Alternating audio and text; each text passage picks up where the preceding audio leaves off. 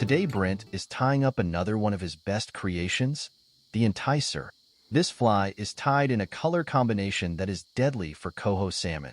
This fly is primarily drifted or can be swung in front of the migrating coho. Let's get the materials ready for the fly.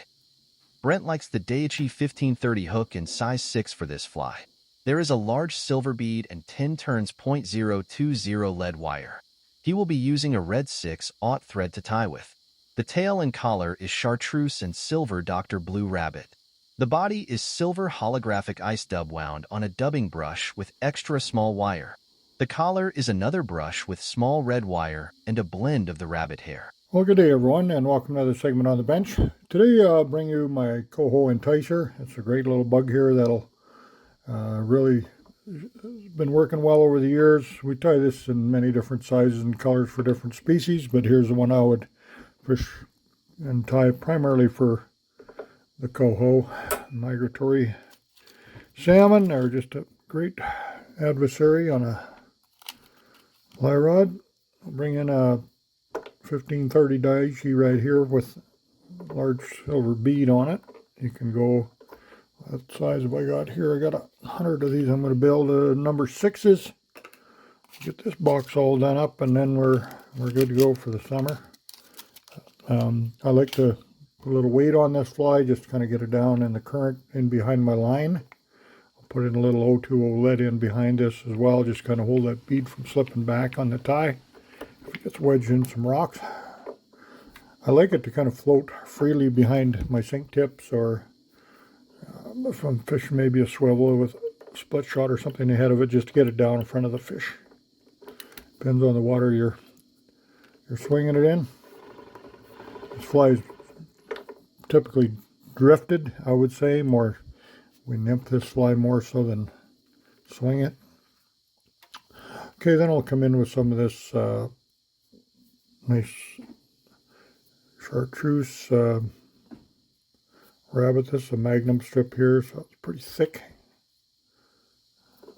Hair's a little short there. Let me go in the other side here. Get a little longer. Notice on your strip sometimes one patch I'm going to get a little bit thin or a little bit light, and I'll get some of that under fur out. Prepare that for our tail. You can mix these colors up a little bit if you want, blend them a different way. Just typically chartreuse, and this is silver Dr. Blue coming in now. I'll stick in a little pinch of that. Take a little bit of the under fur out. We'll just set that on top. No flash or anything on this. Just a nice tail that breathes very nice. Come in around behind, make sure it's all good and solid. This fly is very, very durable. You'll never have to worry about replacing it until you get broke off. You don't want that to happen either, but it can happen. Then we'll bring in some of the extra small silver wire here. I'm going to be using some longer holographic flash here for the body. This is silver holographic ice dub. I'll put a little bit of my wax on here. It's pretty slippery stuff.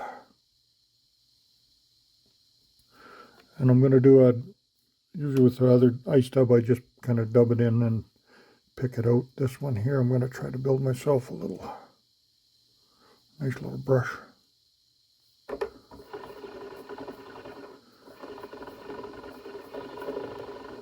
Get those fibers sticking out nice.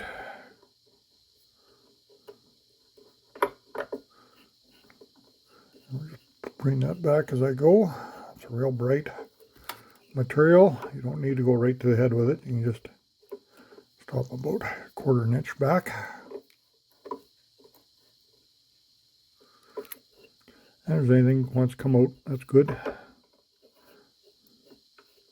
That's a super bright underbody. Looks good in the water. too bright for my liking, but what I do with the Enticer series is we use the collar coming in here now with some small red wire. Tie that on, make sure you fold it back over itself so it doesn't pull out like that. You get it all ready to go and then it pulls out. It's kind of frustrating, so make sure you tie it over itself good and solid like so. Okay. Then we'll bring in the table. I'm going to bring in a dubbing table here. If you don't have an R-vise like I'm showing here today, you can get yourself a dubbing block or you can use a dubbing loop. Okay, there again, we'll come in with some of our glue. You put a little in the one end, one little in the other. Mix it up however you want. Like so, I'll leave a little bit in the center, make it interesting.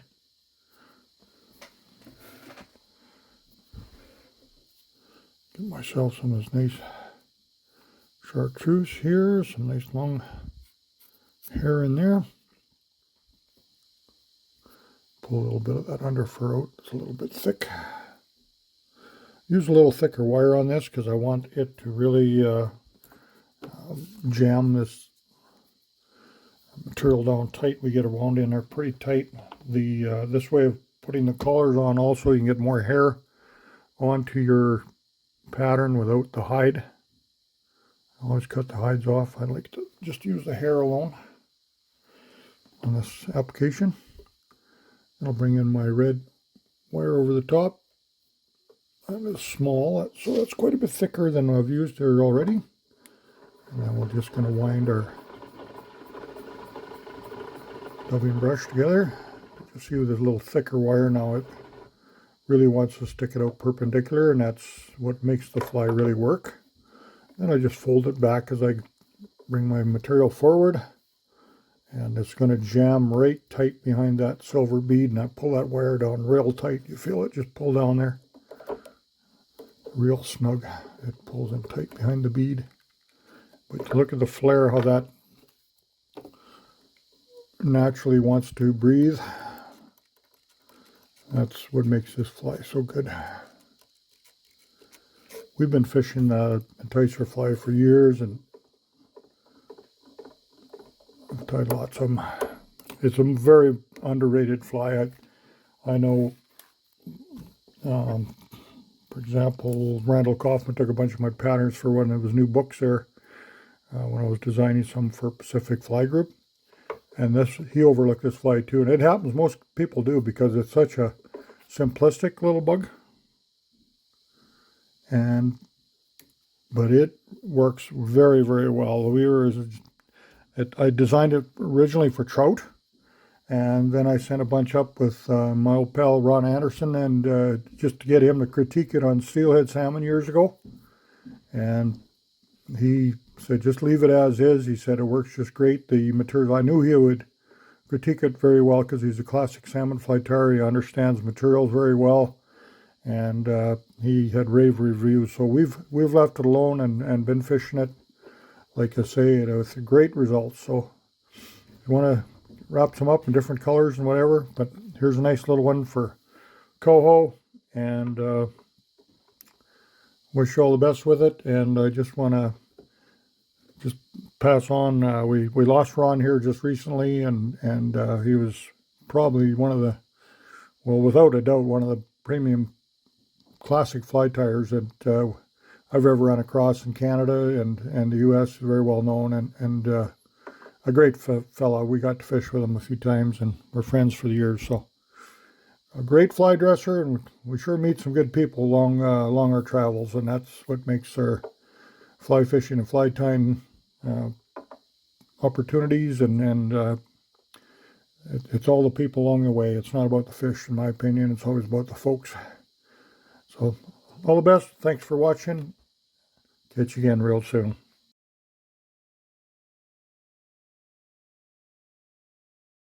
We like to thank Brent for bringing us this great fly. We hope you get the opportunity to experience a successful coho trip with this one. Thanks for joining us today. and we look forward to having you back for many more fly tying videos from our pro team members. Take care and conserve the water.